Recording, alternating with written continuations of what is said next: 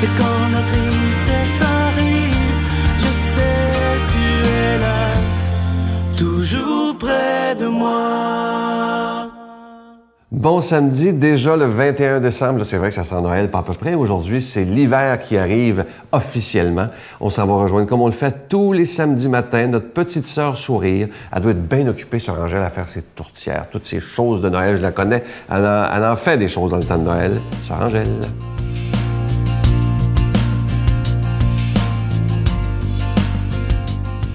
Ah ben, je suis assez contente.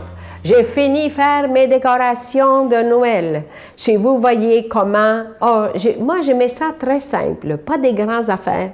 Mais surtout, je me dis, c'est important de faire des choses d'avance. Il ne faut pas se fatiguer. Il faut être content parce que là, mercredi qui s'en vient, c'est Noël.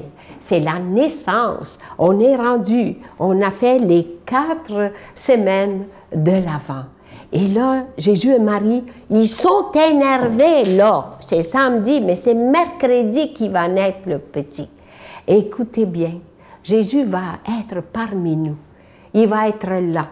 Et la fête, tout le monde, on se dit, ben moi, je m'en vais à l'église à Noël et je m'en vais à Pâques. Mais vous pouvez y aller entre-temps, si vous voulez. Ça ne fait pas de mal, mais ça nous prépare. Et là, on a de la lumière. Et on a Marie et Joseph, regardez, ils protègent Marie parce qu'il est fidèle.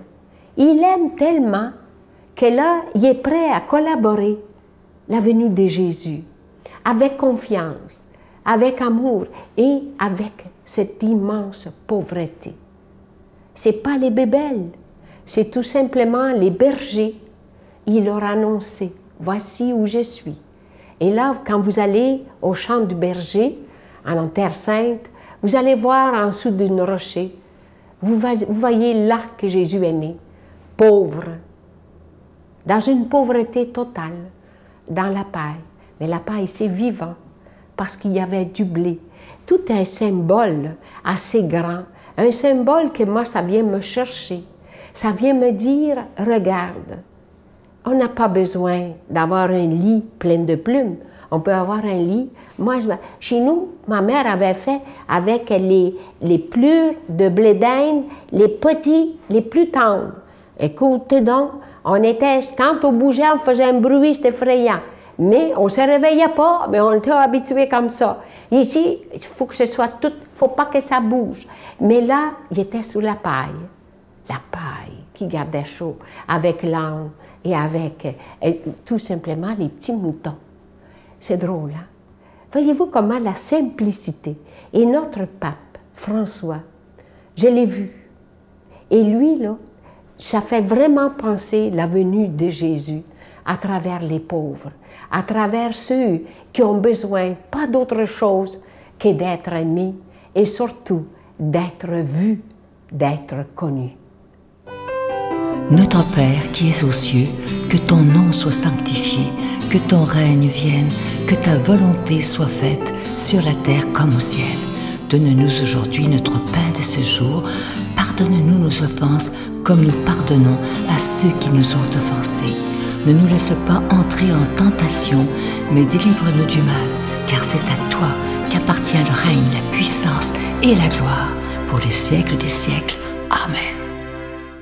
C'est vrai que ça commence à sentir Noël. Je vous rappelle, justement, c'est une belle suggestion de cadeau qu'on peut se faire ou faire à des personnes qu'on aime. Ce nouveau CD de M. Jean-Marc Chaput, une exclusivité de la Victoire de l'amour. Vous le retrouverez jamais en magasin. Jean-Marc a fait ça exprès, juste pour les gens de la Victoire de l'amour. Il s'intitule « Jamais seul ». C'est plus d'1 heure en compagnie de Jean-Marc. Et la façon qu'il est fait, c'est qu'on a l'impression qu'il est à côté de nous et qu'il nous parle à nous. Alors, c'est un CD qui fait beaucoup réfléchir. Vous allez beaucoup l'aimer. C'est quelque chose qu'on peut écouter tellement souvent. Parfois, quand ça va pas, ça nous donne un bon petit coup pour aller un petit peu mieux dans notre journée. Alors, je vous rappelle que c'est avec un don de 25 $. Et si vous en voulez 2 pour en donner en cadeau, c'est avec un don de 40 $. Je vous rappelle, étant donné que c'est l'année qui finit, évidemment, que vous recevrez un reçu pour fin d'impôt. Moi, je vous remercie de tout cœur de votre offrande spéciale de Noël pour le ministère de la Victoire de l'Amour. C'est un peu comme si vous faisiez un petit cadeau de Noël à Jésus en disant, dans mon budget de cadeau, je vais t'en donner une partie pour que ta parole soit annoncée. Je vous donne l'adresse, la Victoire de l'Amour, casier postal 120, succursale Boucherville à Boucherville, le J4B 56, je vous la redonne, la Victoire de l'Amour, casier postal 120, succursale Boucherville à Boucherville, le J4B 56. Également par carte de crédit, par téléphone, dans le 514-523-4433, 523-4433 ou sans frais, le 1-888-811-9291, 1-888-811-9291 et aussi sur notre site Internet, le www.lavictoiredelamour.org. Alors, je vous rappelle ce beau CD de Jean-Marc Chaput, une exclusivité de la Victoire de l'Amour, jamais seul.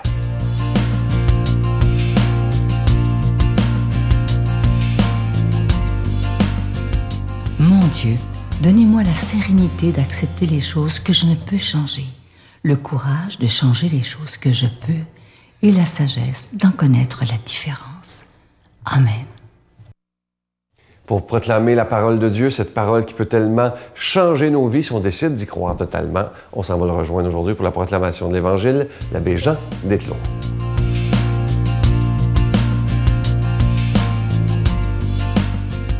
Bonjour. Nous nous préparons à Noël et je vous fais lecture ce matin d'un texte d'Évangile de Saint Luc qui met en scène Marie et Élisabeth. En ces jours-là, Marie se mit en route rapidement vers une ville de la montagne de Judée. Elle entra dans la maison de Zacharie et salua Élisabeth. Or, quand Élisabeth entendit la salutation de Marie, l'enfant tressaillit en elle.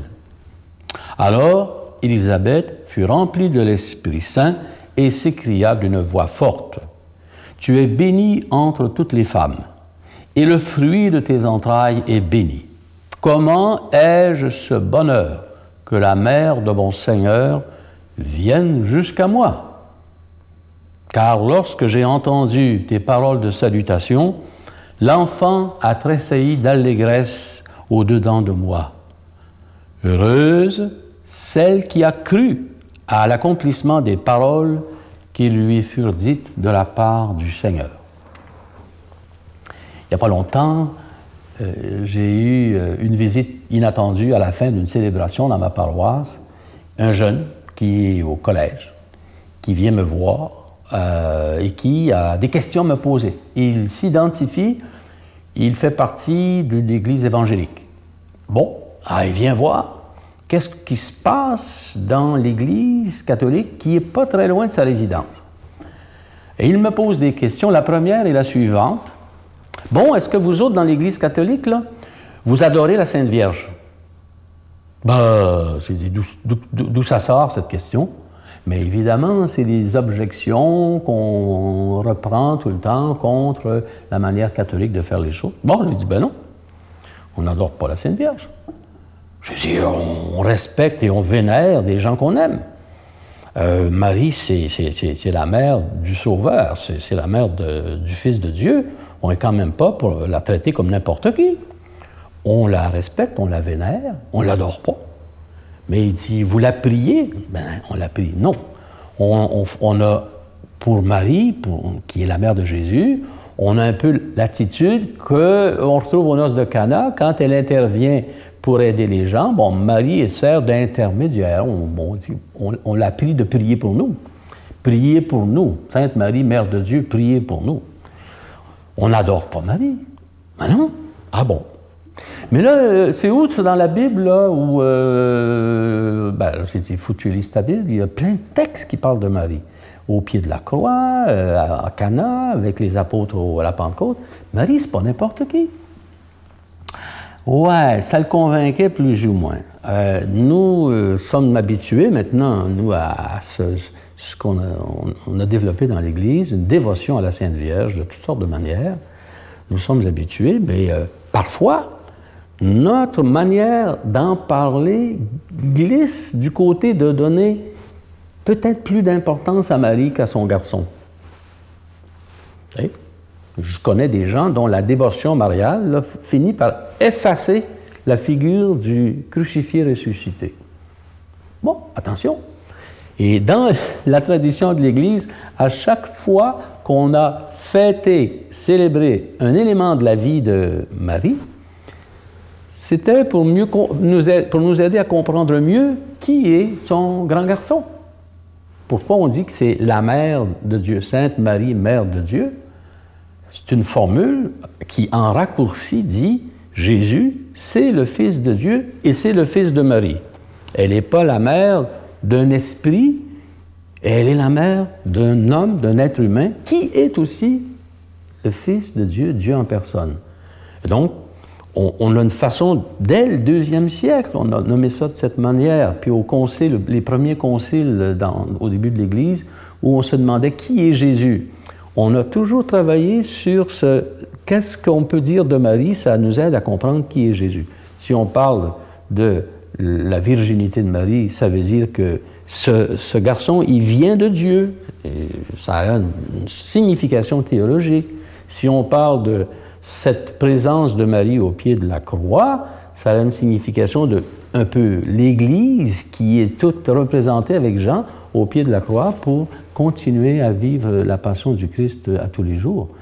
Et donc, tout ce que l'on dit de Marie, on l'applaudit, mais déjà dans la Bible, il est dit « Heureuse celle qui a cru ». Alors, elle est bien heureuse, puis dans le texte de l'Annonciation, on l'appelle la comblée de grâce, et dans le Magnificat, elle dira que le Seigneur s'est penché sur son humble servante.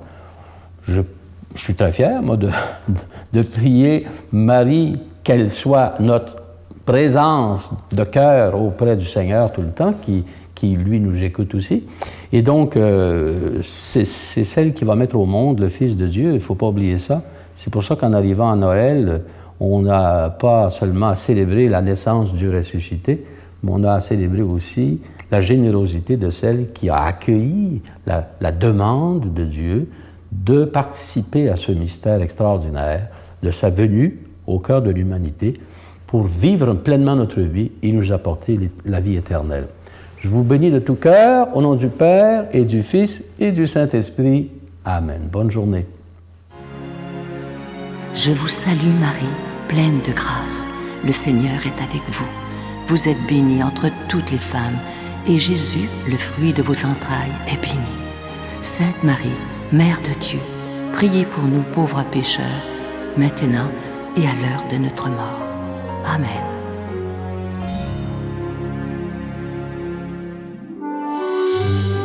La Victoire de l'amour vous invite à vivre un pèlerinage en Italie à la rencontre de Saint François d'Assise et du pape François, en compagnie de l'abbé Robert Lemire et de Sylvain Charon.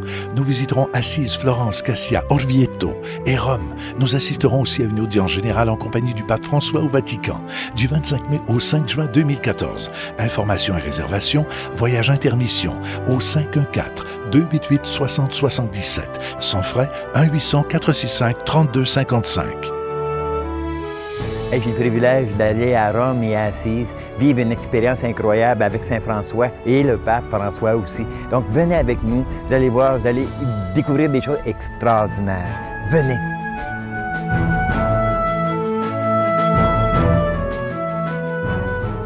Je vous attends demain pour l'émission spéciale de Noël qui dure 1 heure. Imaginez, j'ai hâte de vous y rencontrer, de beaux moments. Et il y aura aussi la rediffusion, mais il va y avoir quelques petites choses de différentes. Le 24 décembre également, vers 22h30, c'est en soirée, après les nouvelles TVA. Je vous promets de beaux moments, un vrai sens de Noël tous ensemble. On va être 60 minutes ensemble à célébrer le vrai sens de Noël. Parlez-en à vos amis. Et moi, je vous attends demain. Bye!